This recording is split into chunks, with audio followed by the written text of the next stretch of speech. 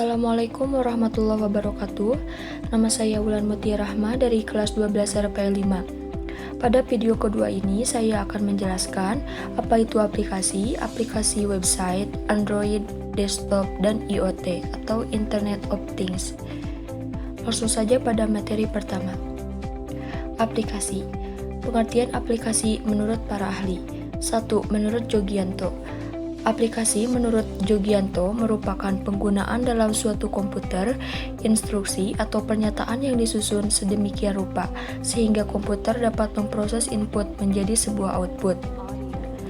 2. Menurut Rahmad Hakim, aplikasi adalah perangkat lunak yang digunakan untuk tujuan tertentu seperti mengolah dokumen, mengatur Windows, permainan, dan sebagainya. Lalu, pengertian aplikasi secara umum adalah suatu program komputer yang dirancang menggunakan bahasa pemrograman tertentu untuk melakukan tugas khusus dari pengguna. Yang kedua adalah aplikasi web atau website. Pengertian aplikasi web adalah aplikasi yang dapat diakses melalui web browser saat tersambung dengan jaringan internet. Lalu, kelebihannya ada 4. Yang pertama adalah lebih cepat update, yang kedua tidak perlu instalasi, yang ketiga fleksibilitas sistem operasi, yang keempat multi-platform. 3. Materi aplikasi Android. Aplikasi Android atau mobile yaitu aplikasi yang dibuat untuk perangkat-perangkat bergerak yang merupakan hasil dari pemrograman mobile yang dirancang menggunakan bahasa pemrograman tertentu. Apa keunggulannya?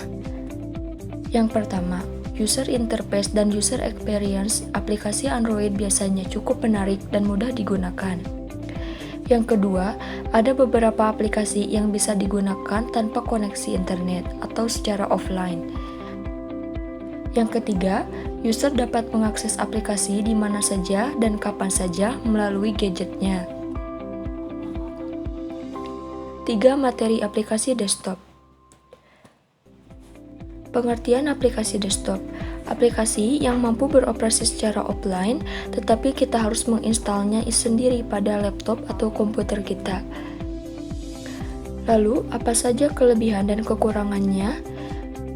Kelebihan aplikasi desktop yaitu 1. Memiliki performa yang baik karena berjalan di atas spesifikasi hardware yang sudah ditentukan sebelumnya. Yang kedua, tidak memerlukan waktu untuk arus data dari server ataupun sebaliknya. Lalu kekurangannya adalah yang pertama, sulit untuk menyebarkan software karena setiap pengguna harus melakukan instalasi sendiri.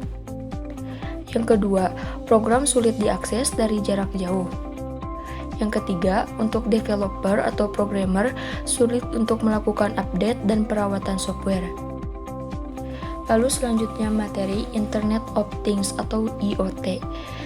Pengertiannya adalah Internet of Things adalah konsep di mana objek tertentu memiliki kemampuan untuk mentransfer data melalui jaringan tanpa memerlukan interaksi dari manusia ke manusia ataupun manusia ke perangkat komputer. Bagaimana IoT bekerja?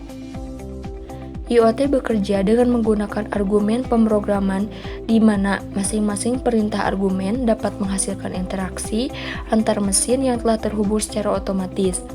Jadi, internet di sini merupakan penghubung antar dua interaksi mesin. Lalu, di mana campur tangan manusia? Manusia dalam pekerjaan IoT atau Internet of Things hanya menjadi pengatur dan pengawas mesin yang bekerja secara langsung di belakang. Lalu unsur-unsur penyusunnya ada 4. Yang pertama, keterlibatan aktif. Keterlibatan aktif sering diterapkan teknologi umumnya yang termasuk pasif. IoT ini mengenalkan paradigma yang baru bagi konten aktif, produk maupun keterlibatan layanan. Yang kedua, konektivitas. Konektivitas di sini berfungsi sebagai penghubung dan pertukaran informasi yang terjadi. Yang ketiga, sensor.